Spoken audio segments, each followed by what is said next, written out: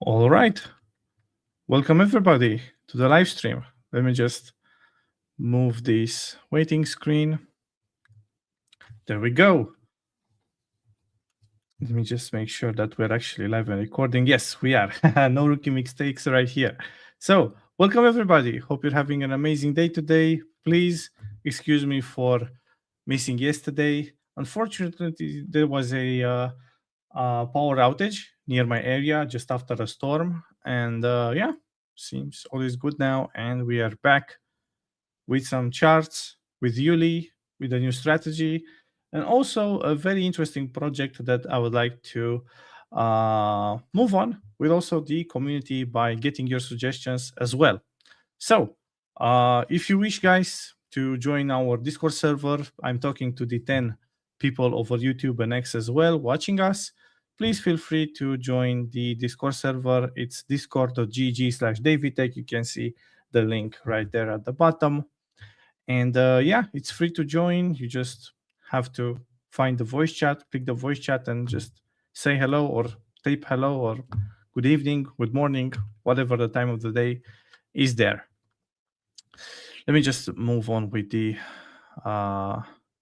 presentation and also remove this banner. I hope you guys had enough time to copy the link. It's pretty much straightforward.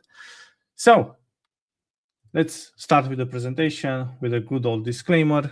You are 100% reliable for your financial decisions. We are just trying to debunk the market with the tools available. And if there are none available, we're actually going to build them. In case you're getting approached by somebody claiming to be a staff member, that's 99 or close to 100% not us. Definitely, we're never going to ask you to invest into some kind of third-party platform or anything like that. If you're having any problems, feel free to reach to us through the support channels. Over Whoop, there is a Whoop support chat. Over Discord, there is the general chat on where any staff member that sees your message is going to attend you very, very shortly. If you have any questions through the live stream, feel free to interrupt at any moment. You can use either the microphone or the chat. If you mouse over the voice chat name, there is a small chat bubble. You can click on it and write your question.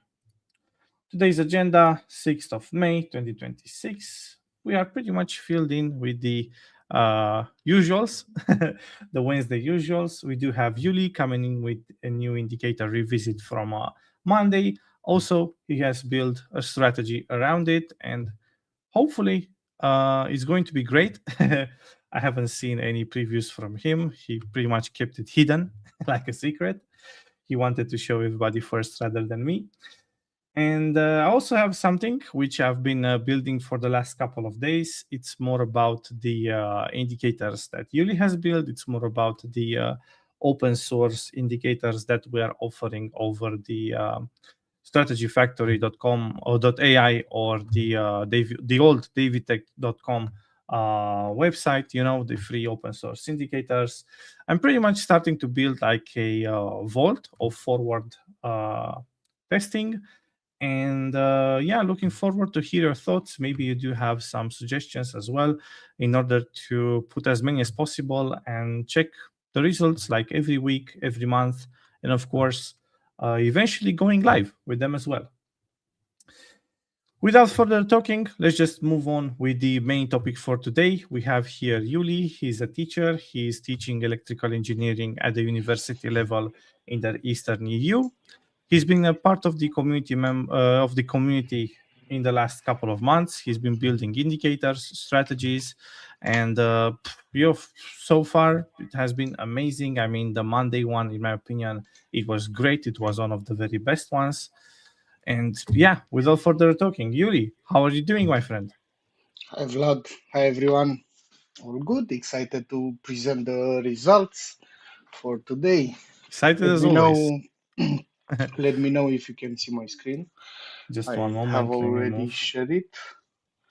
Let me move the focus. There we go.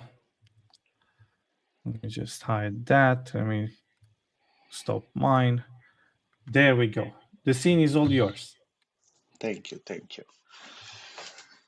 Okay, guys. So, as As you know, on Monday, every week we are introducing a new indicator, and I'm trying to present you an in-deep understanding of that indicator, how it was implemented, what is the logic flow behind, the math behind it, and the first look on the visuals.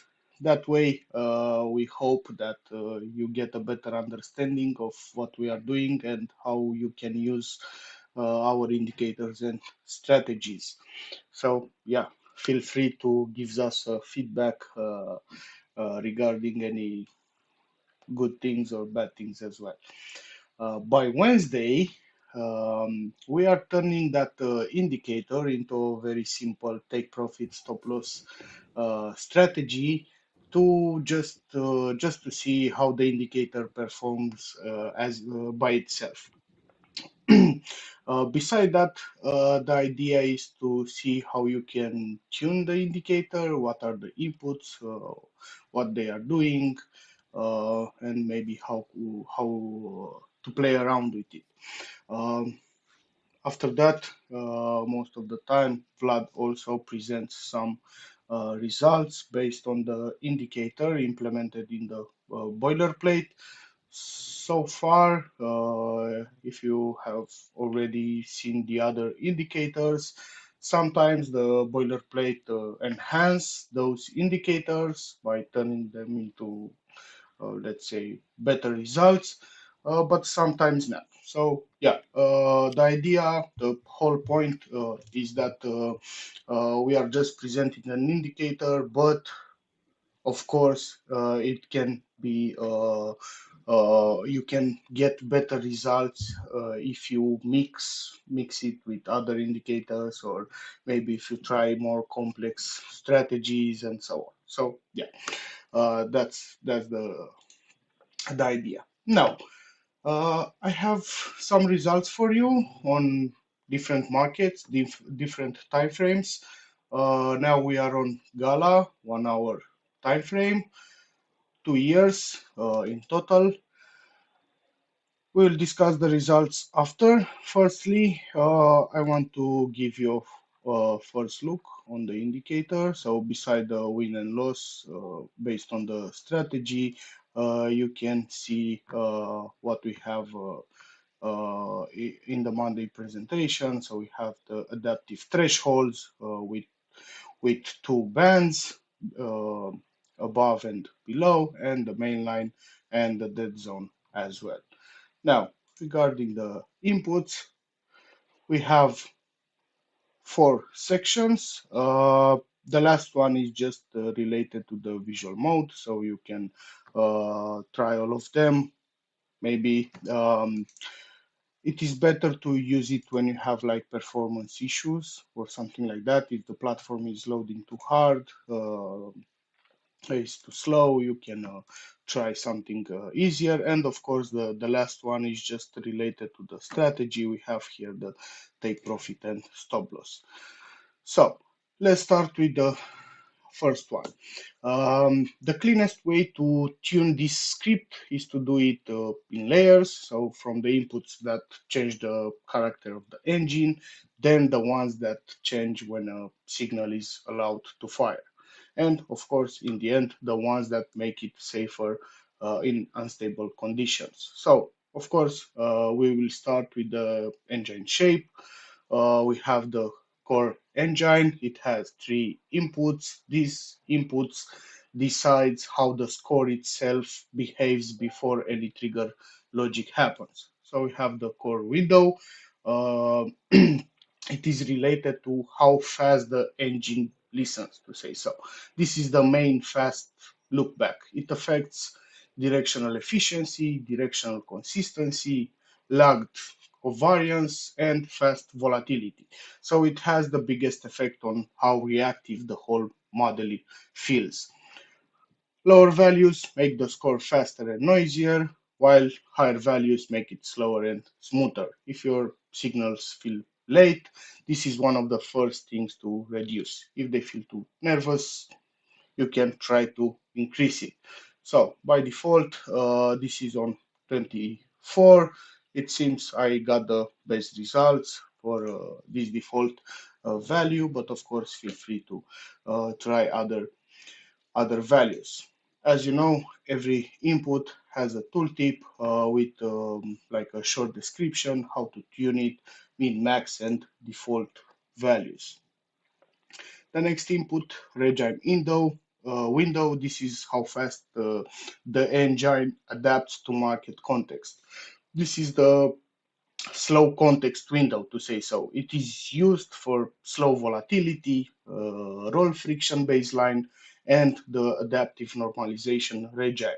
In practice, it decides how quickly the script adapts to changing market conditions. Lower values means more adaptive but less stable, of course, while higher values means more stable but slower to recognize new regimes.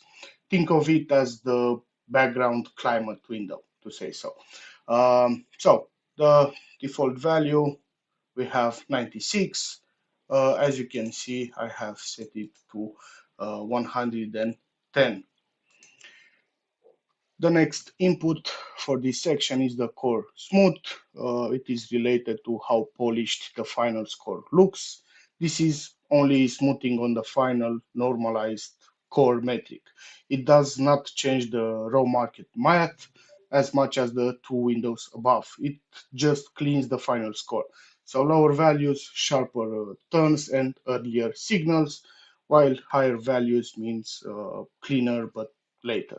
This is usually a refinement knob, not like a primary one. So, for example, here we have default 5. It can go from 1 to 20. For now, we kept it on default value. Next, we have the trigger engine. So the second section. So the idea is that once the score shape looks right, you can tune these signals to get better results. So, of course, firstly, we have the signal threshold, an input that we have seen before. This is the base symmetric entry threshold. Lower it to get more trades, raise it to get fewer, stricter trades. This is our main more versus fewer signals control. On default, here we have 24 and we have lowered it to 23. Of course, after that, we have also the signal dead zone. So this suppresses weak readings around 0. It is not the same thing as the threshold. The dead zone filters indecision, while the threshold controls the strength needed for entry. If you are getting weak flips near neutral, raise the dead zone. If you want the engine to stay active, even around smaller directional bias, you can try to lower the value. The code also forces effective threshold to be above the dead zone. So these two are linked. And of course, you have to keep the threshold above this value. Here, again, we are on the default value, which is 8. Next, we have we should tune the confirmation and spacing. So after thresholding feels right, maybe you can decide how much patience you want before the script fires, So we'll start with the signal cooldown bars. This is a debounce between raw signals. It does not make a signal better, it just spaces them out. Raise it if you get clusters or repeated entries. And of course, you can lower it if you want like denser opportunities. So for this one, the default value is 2, and we have raised it to 14 in order to not have like a lot of entries, one over the other. Next, we have the signal confirm bars. This requires the score to hold beyond threshold for 1, 2, or 3 closed bars. It is a quality filter if you want. 1 is the fastest one, most reactive. 2 is like balanced, default. And 3, the strictest, cleanest regime you can get. So you can see we are on default. Next, we have the trigger release fraction. This controls when the long short latches are allowed to reset. Lower values mean stronger hysteresis. Once the direction is active, the score has to relax more before a new same side signal can rearm. And of course, higher values mean quicker reset and quicker rearming. This is like a subtle but powerful anti-chop control. So for this one, for example, default value is 0.7 and we have set it to 0.8. After we tune the adaptive threshold behavior, the next inputs make the threshold smarter, not simpler. So the script computes a score distribution threshold from the absolute score using a rolling mean and standard deviation, then blends that with the fixed base threshold. After that, it expands the threshold further when liquidity quality is weak or shock memory is high. So that's why we have our threshold adaptive multiplier. This expands threshold when liquidity quality weaknesses. Um, Higher value means the script becomes more selective in unstable conditions. And of course, lower values means more permissive. So for example, here we have the default value 0.7. It can go from 0 to 2. After that, we have the threshold distance length. So how far back the score distribution um, estimate looks. Lower value, more adaptive, but of course more jumpy. Higher values, more stable. Here the default value is 50 and we have lowered it to 46. Then we have the threshold distance K, so how strong the distribution-based threshold becomes. Higher values mean stricter filtering when score dispersion increases. Lower values means looser triggering. So for example, here as well, we have the default value to 0.75 and we have set it to 0.7. Maybe we can also change one value just to see what happens.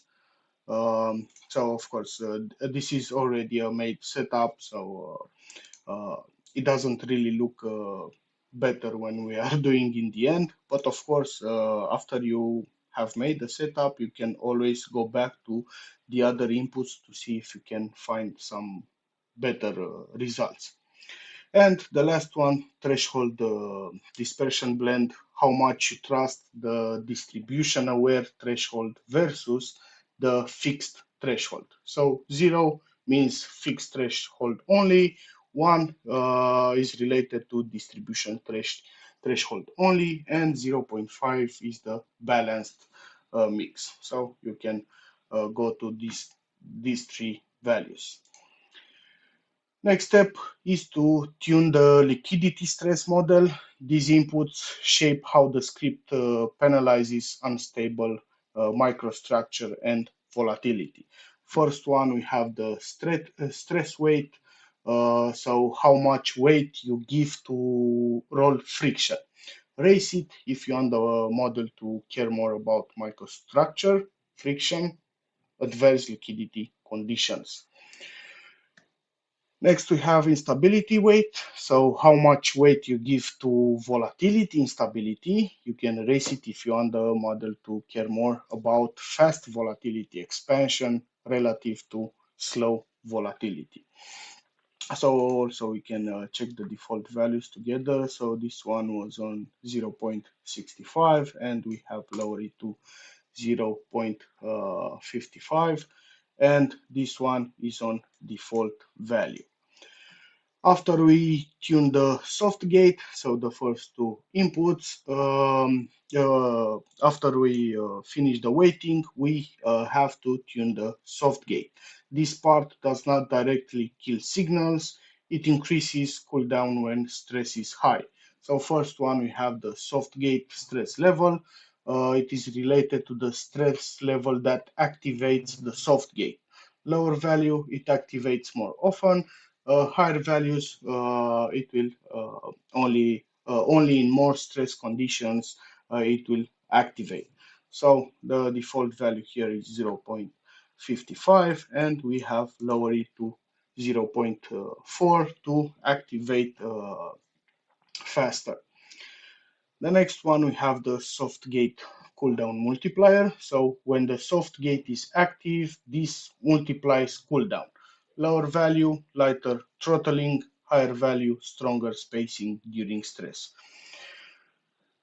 So here we are on the default value, which is 2. In the end, we tune the shock memory. So this is the post-shock, like be more careful for a while subsystem. Use this group when the script behaves well normally, but trades too aggressively right after violent moves. So firstly, we have the shock Z. It is related to how large a move must be in volatility units to count as a shock. Lower value, shock mode activates more easily. Higher value, only bigger moves count. So for this one, the default value is 2, and we have set it to 1.9. Then we have the shock decay, so how long shock memory lasts. Lower value, recovery is faster. Higher value, it is more persistent. It takes more time to recover. So for this one, we are on the default value, which is 0.8. Next, we have the shock cap, maximum size of stored shock memory. Lower values, shock effect is limited. Higher values, stronger max persistence. So for this one, we are on the default value, which is 3. Next, we have the shock threshold multiplier. So how much extra threshold penalty you apply during shock memory periods. Higher value mean stricter aftershocks, and lower value, it will give you a softer behavior. So for this one, the default value is 0.25, and as you can see, we have increased it to 0.4 because we wanted to be stricter, more stricter after shocks. The last one, normalization floor. So this is a stability control for the adaptive normalization denominator. Lower values allow more expansion in quiet regimes. Higher values keep scaling more controlled. This is like a protective knob more than a signal quality one. If the score feels too explosive in quiet markets, you can raise it slightly, or if the score feels too compressed in those kind of markets, quiet markets, you can lower it. And of course, the visual mode that we already talked about. So for example, I am on the last one. If I decrease it, you can see some of the visuals were removed. So yes, the idea of this presentation, since it is also recorded, is that when you will get to these indicators or strategies implemented in a boilerplate, you should have a better understanding of the indicator, how to tune it, how to use it based on different markets, different behaviors, and so on. Now, let's see the results. So, we are on Gala, 1 hour time frame. We have like almost 2 years. The profit approximately 400%. Not bad at all. I mean, not so many indicators that we have presented so far get this kind of results in the beginning. So yeah, great result regarding this. Max equity drawdown 22%. Of course, just for you to know. So as you As you saw in the other videos, I'm always starting from 40 order size. So these are the results for this of 143 with an equity drawdown of 12%. To, let's say, simulate the leverage, I'm increasing this to get this kind of drawdown that is, let's say, community accepted around 20%. So, of course, the profit increases. Total trades 533, not bad at all. So there are a lot of trades. This is very good because it means there is room for improvement. And you can play around with different indicators, strategies, or even try to optimize the inputs. We rate approximately 37%. Not great, not terrible. It is not the lowest that we have seen. However, as we always kind of say, the win rate is not really a performance metric, because if you have few wins, but those are covering the losses, it is quite all right to say so. Profit factor 1.363. Not great, not terrible. Definitely it should be higher than this value, but yeah, it is not bad for now.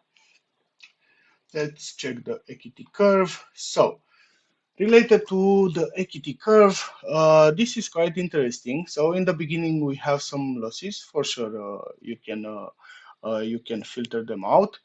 And after that, we can see like half of the time it is used to warm up, but after that, it just keeps increasing, which is great.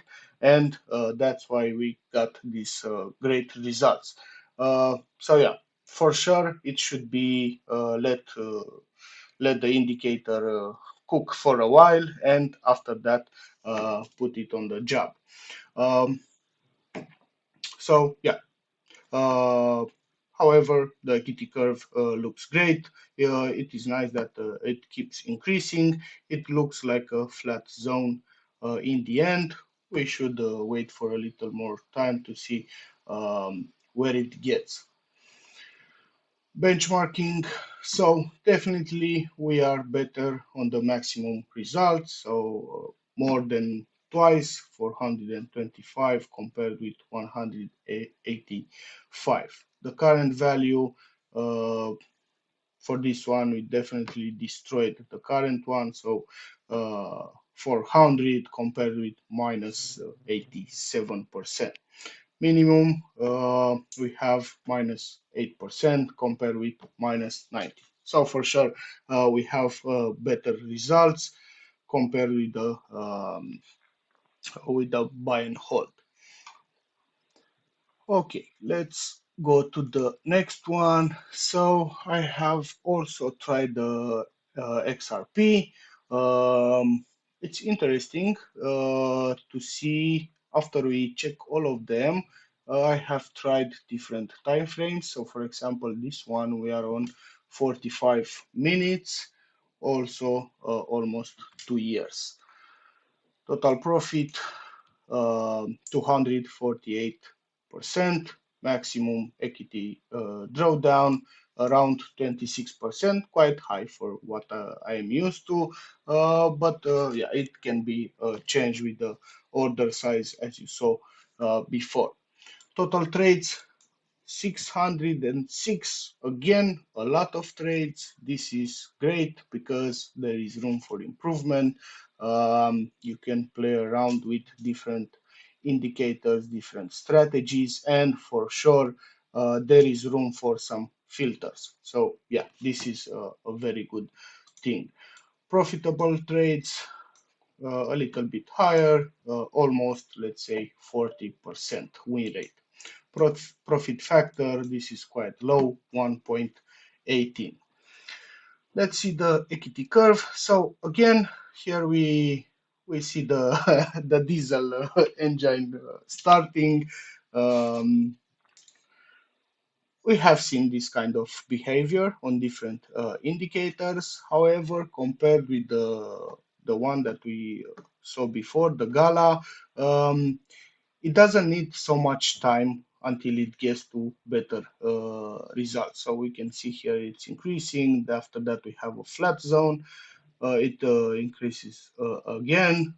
Again, let's say a flat zone, increases, flat zone. So I guess we should have again an increase. So yeah, it doesn't look bad at all. Benchmarking maximum buy and hold 500% compared with our 350%. So yeah, we are not that far. We can improve this. We already saw um, the equity curve, so maybe in the beginning to have some filters or some better trades.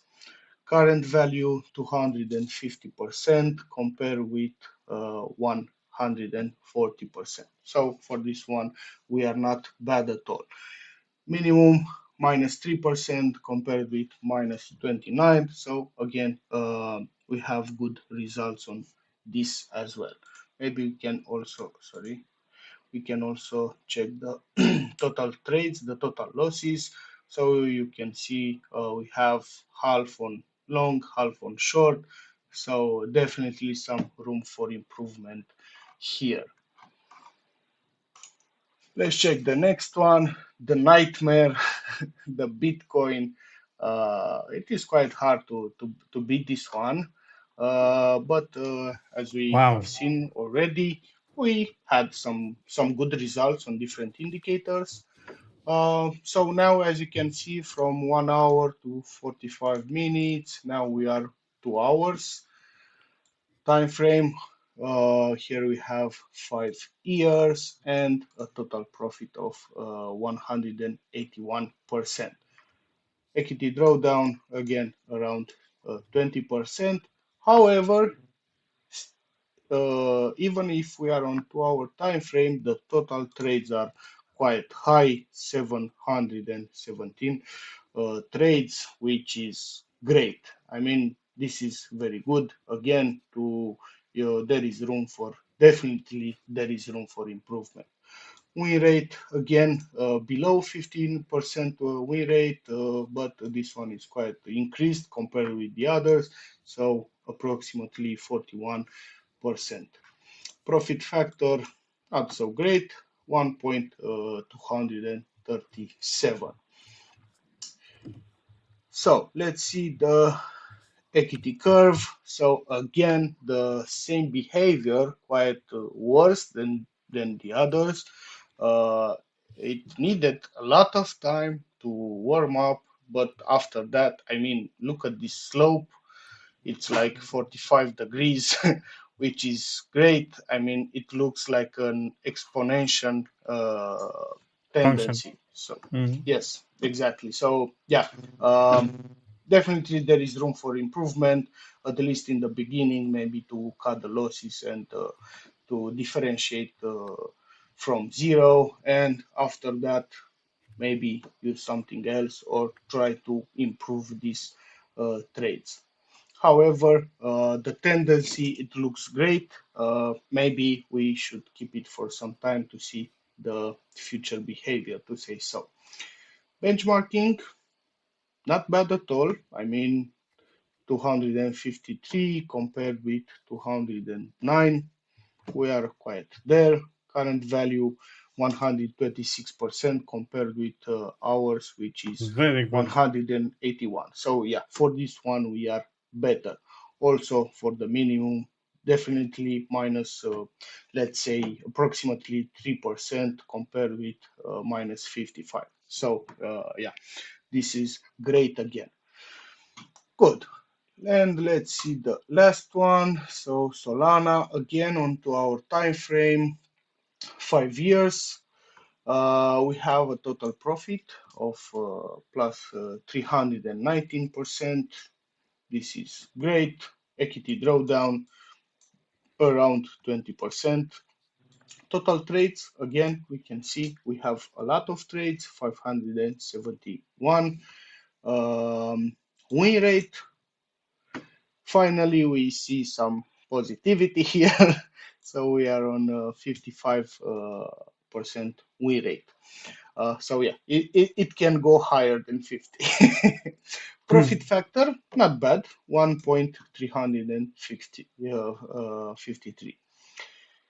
Equity curve, again, same behavior, but it's interesting that it looks quite similar with the Bitcoin. So again, it feels like an exponential tendency. So compared with the others, like they are more consistent. But yeah, for these ones, if this tendency continue, uh, it would be great. Yeah, it would be great. So yeah, in the beginning, not performing so well, but after that, it just increases, which is great. Benchmarking, so we are on half on that for the maximum value, 600 compared with our approximately 300. Current value for this one, definitely we are better, 319% compared with 127. And on the minimum, we are also better, minus 1.51 compared with 76.61%. So yeah, it is interesting for this indicator to make like a summary. Firstly, we have a lot of trades, which is great. We already saw that we can get some good performance out of it. It is working on different time frames. Maybe I can try the Vlad strategy to try different time frames, so you can see with the same setup, I'm getting some other good results on other time frames. And most of all, to say so, it is working on different markets, different behaviors. So yeah, overall, it looks promising. Definitely, it can be enhanced again with other indicators, maybe with some filters, since we have a lot of trades, with the boilerplate, some other complex strategies, and so on. Thank you, everyone. If you have any questions, don't hesitate to ask me. Thank you. Wow. Wow. Amazing work, Yuli. Definitely Thank you. uh, a better one. I would like to say so. Definitely a better one. Yeah. It looks great for so far. Yes. Thank you. Did you like make any different steps to make this one, or is it exactly the same behavior, like you're following the same book of rules that we did at the beginning?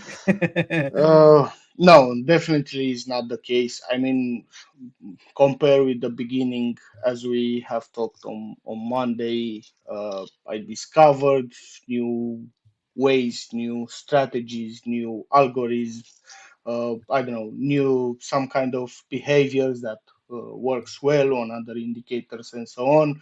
So yeah, there is a lot of improvement compared with what we have done in the beginning. But the methodology, to say so, it's quite the same. It's quite the same. Yeah. Awesome. And do you plan like any change like in the near future, or do you think like it's the best method at the moment? Well, that's a good question. You can't get the best method out of all, Is but it definitely. perfect? Uh, Well, it tends to be. I mean, I have worked a lot on the methodology, on building indicators, trying to cover any kind of issues, errors, misleading, fake trades, and so on. So, yeah, the methodology that I have built, it's quite strong, and it's more on the safe side. I mean, with these indicators, I'm not trying to fooling. no one. It's just as safe as it can. But of course, since the market has a lot of variables, you can get the key of success. But we are trying to find the best ways uh, to get some good of it, to say so. Mhm. Yeah, Thank and you. it's only the beginning. I mean, we haven't Yeah. even mixed them. Yeah, exactly. And maybe, maybe for the first ones, maybe we should double check them if there is some room of for improvement. But I don't really think so, because I'm always trying to be like in the 99%, to be as close to perfect. But yeah, uh, we should try to mix them. I mean, we have built already some strong indicators. We already saw some good results. We saw, I don't know, a lot of trades with good results, few trades with good results, good, I don't know, filters, oscillators, and so on. So yeah, a mix of them would be great. I'm quite curious on this one. Awesome. Thank you very much again, Yuli. Thank Definitely you. one of the better ones, I would like to say. For example, like the Lyapunov and a couple of others. Uh, Again, that I mean, having a setup successful over Bitcoin, that's hard. That's pretty hard. Yeah, I mean, that was my first one I tested on every indicator, and after that I tried on different markets. Most of them are working well on Bitcoin, but you don't always get big results, to say so. It's quite hard to get something very big on that. Big things come hard. That's what she Yeah, said. of course, of course. All good. All right. Also, on my side of things, rather than coming up with some optimized with a David Tate boilerplate, because we can do that at any moment, right? I mean, maybe I could do that for Monday or whatever. Here, I try to do something else. So since I have access to the Yielding indicators and also the free open source indicators, which you can get as of now over davidtech.com or strategyfactory.ai, menu to the left, free open source indicators. I tried to mix them a little bit. And to be honest, it's not me that actually tried, it's more about Codex. So what I asked Codex is, of course, I pretty much submitted the full folder with code, documentation, and whatever available about the indicators. And I asked it exactly like this. So you're a top quant algo trader, top 0.3, 0.1%. uh, Here are some strategies, some indicators. Please take them, mix and match them. Backtest them with different types of take profits and stop losses, fixed percentages, ratios. Feel free to use ATR. The only requirements I will have is to use $500 on each backtest. Use 2% of the available capital out of the 500 or whatever. If it's, for example, in a trade and it takes $2, then the next trade, if it's already in a trade, would be $498 available, right? But I think I explicitly said to not do any pyramiding, so it should be fine. And also to use 2x leverage, just so we can see how the strategy scales with leverage. Also, I asked it to take the commission, also come up with some funding fees. So try to be as close as possible to the live tests. And so far, so good. He has managed to find 16 very interesting setups. So you can see, for example, he had combined the TKEO, the EIMMK. I think that the two ones are the ones from David. The PID would be from Yuli, of course, and also you have the pair, the Solana, AVAX, Doge, and so on. Whenever you see combo, it means that it combined two of the indicators with two different settings.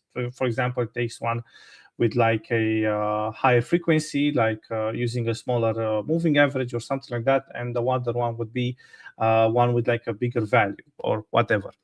Also, I asked you to also test values of the candles between 30 minutes and 2 hours, if I'm not mistaken. That's why you do see the time frames between that interval. And of course, within the backtest, I asked you to take all the backtest of the data available. It pretty much downloaded it inside my computer, and also updates like once a day or something like that, or whenever I would like to have an update about the status of our strategies. So far the results have been pretty great. I mean, we can definitely find some of the ones being very close to like 40% of profits overall in the available history.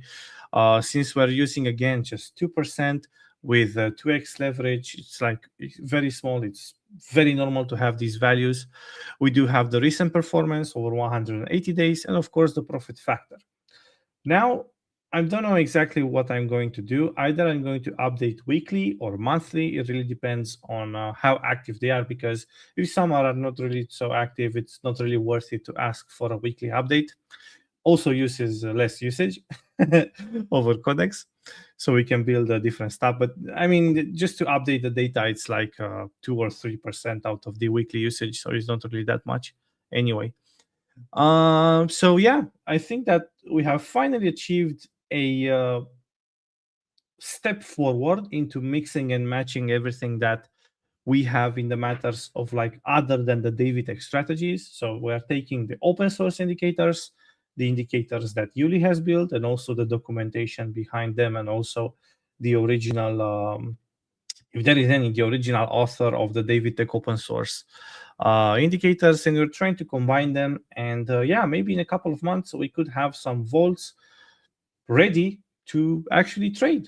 So I'm pretty excited. And if you guys have any suggestion, maybe we should add like a third row of indicators. For example, the first one would be the Yuli ones. The second would be the David open source ones, which actually I haven't added everything. It's just more that the ones that have been proved to be good. For example, the T3, the Tradingview, the I don't know, the CACOLT, and a couple of other ones that proved to be actually very, very good.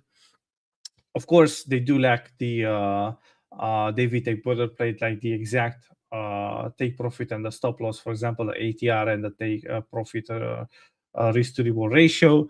But I mean, sky's the limit, right? So if you have any suggestion into how to get some more, maybe, or try to actually filter them to have maybe a little bit less, or do you think it's actually enough? Let me know, and I'll be more than happy to update this project. And yeah, maybe once a month we can check this vault of multiple setups, and eventually we can actually trade them. Let me see if there is any questions in the meantime. When those strategies will be available for members, and when there are already some setups on Search Factory and previous ones. So at the moment, there are only like 5 available. Our biggest problem was that it's actually pretty funny. So David has made his V6 of PineScript, the PineScript version of the boilerplate. He made like a Frankenstein between the old V5 and the newest updates. So only him can translate the exact indicator into his Frankenstein, quote unquote, boilerplate. Yuli coming in with the new indicator logic of V6, they are not 100% compatible. So it's like a huge work in order to translate each and every indicator towards the already existing boilerplate. So what me and David have discussed is that we either take the route of building another boilerplate and we update all of the previous DavidTech indicators, which eventually that's what we want. Because who knows, maybe Pine V7 would come along and who knows, right? So you must have everything in like a line of update. Or we might build as well a light version of the Davitech boilerplate so Yuli can actually use. And for example, some of the indicators that are not very popular, or some of the functions, for example, like multi-time frame confluence, or maybe the moving averages, which not everybody uses, these kind of extra confluences. We can actually remove them. And of course, we are winning so much, like speed of execution of alerts, speed of execution of optimizing, because sometimes Tradingview takes 1 minute to load. Yuli can, I believe, agree with me on that one, and of course everybody else is that optimizes as well manually. So we have different routes, different ideas on which we tend to believe that the second one, so building like a second light version of the boilerplate, which would be ready, of course, with the newest standard of PineScript v7 or whenever that comes out, it will be a lot more easier to update. We are working on it. We have definitely some issues into making everything available, the already existing indicators as well, but definitely should see the light of the day. I suppose maybe by the end of this month we should have like Yuli's indicators as strategies catching up, like in batches, for example, 5 releases once a week or something like that, in order to catch up a lot faster. So Yuli, you better start printing some more indicators. I'm joking. You can definitely do that. You're free to do that if you can. So yeah, that's pretty much all the questions, if I'm not mistaken. Also, Soperator, hello, my friend. How are you doing? Hope you're doing well. So yeah, that's pretty much it, guys. I'm really excited on the mix and matching of the Yuli indicators and the Davitech open source ones. Maybe we can also add like a third row of other indicators. If you have any suggestion into like a list of indicators, or maybe just one that you see popular, which is of course open source, that would be the only requirement. I'll be more than happy to add it to the list, and maybe see if Codex can actually find something reliable out of it. All right, let me just. Oh, So let me Vlad, just. you asked me earlier about the robustness of the indicators from the beginning. So Mhm. it has raised a question in my mind, and I had to fulfill it, to say so. Okay. So yeah, based on my new methodology, I was trying to see if it fits the oldest indicators, and I started, of course, with my first one, uh, which was one AB of the Kalman. greatest. Yes, the Okay. adaptive Kalman, and it seems it is robust enough, and it doesn't need like an update. It's just some things that we have improved in time, like to have a dead zone, to have some thresholds, some visuals, and Sneaky so on. Yuli, you actually have done it as well. So Nice. yeah, nothing to really to do. So it seems we are on the good track, to say it like that. Yeah, it's good. Nice. It's good to know. Yes. So all the indicators are bulletproof. Also, do you have like any update with the meta indicator that you've been building for a while now, or still a Well, secret? well, on my last presentation, that was all. I mean, that was the indicator. Everything is done. I just have to work on the presentations, because it is quite hard to, let's say, To to present everything. understand, yes, to understand the concept and how to read it, how to tune it, and so on. So yeah, the indicator is done. I've already done the validation plan. I tried different strategies, different indicators, different issues that can arise, and so on, and it passed on everything. So yeah, it's 100% done. But I really have to make like more effort on presentations compared with what we are doing every week for that kind of meta indicator, how I call it. So yeah, it will be. Awesome. Yes. Great work, Yuli. Definitely can't Thank you. wait for linking everything together and build like a engineering suite of indicators and strategies and whatever, so we can actually have like a vault and check their performance in live, and yeah, that will be amazing. Yeah, me too. I mean, now looking behind, it looks really promising what we have built so far this year. Uh, we should definitely keep the good work. Awesome. So guys, I believe that's pretty much it with the very main topics we had for today. If you have any questions about David Tech, I'll be more than happy to answer. Feel free to either use the microphone directly or write your question in the chat. I'll also check the YouTube and X chat as well. Also, hello again for the 30 people watching us over YouTube and X. Let me just give you guys the banner with the Discord server so you guys can actually join. And if you have any questions, feel free to either write it in that chat that you're watching or join the next live stream. And yeah, the more people, the merrier, I suppose. So, a short performance update, guys. As you might know already, we are pretty much conquering the exchanges and yeah, traders, copy traders. We can see definitely some of them are within the David space. Some of us have been awarded with the top 1.3% traders. For example, Fishing, he has been awarded with the top 1.3% on Bybit. Feel free to also check out trade-harbor.com.au. It's a dashboard which is made pretty much around the David Tech community, and yeah, it's free to use for the David Tech members. You can also view some of the members having a challenge. For example, when Moon and Fishing have their own challenge, and you can see their portfolio live. Also, some of them are also trading over exchanges, and you can track their performance live with their copy trader accounts. Also, guys, make sure to check out Trigger.trade, your reliable bots connectors. It's wrapped around David Tech, so it's pretty much the best choice ever. That's pretty much it, guys. Thank you very much for being here and joining us. I'll be more than happy to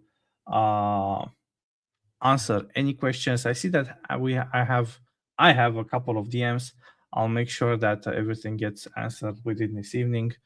And yeah, are the new elite backtesters released? I believe it's around 95% done with all the setups and everything. David should start the bot in order to grab the new results as of tomorrow. And of course, with that as well, we should be able to refresh everybody within Discord and yeah, enjoy the elite backtesters new functions. I guess that's pretty much it, guys, for today. Thank you very much for being here, and I'll see you tomorrow. Tomorrow, we're going to have David within Discord. He's been showing us the new stuff that he's been cooking recently, which I'm very excited about the MCP server, about the workflow of Claude and everything, the backtester that he's been building for a couple of, I would say, weeks now, but also some new functions which he just made yesterday, which is crazy with the AI usage and everything. It's crazy. You can build something that's like no one ever thought it could be possible in a night and a couple of coffees. You can basically do that today. All right. Thank you very much, guys, for being here. I'll see you tomorrow at a similar time with David as well. Thank you very much and have a good evening, morning, good day. Goodbye. Thank you, everyone. Goodbye. Bye, everyone.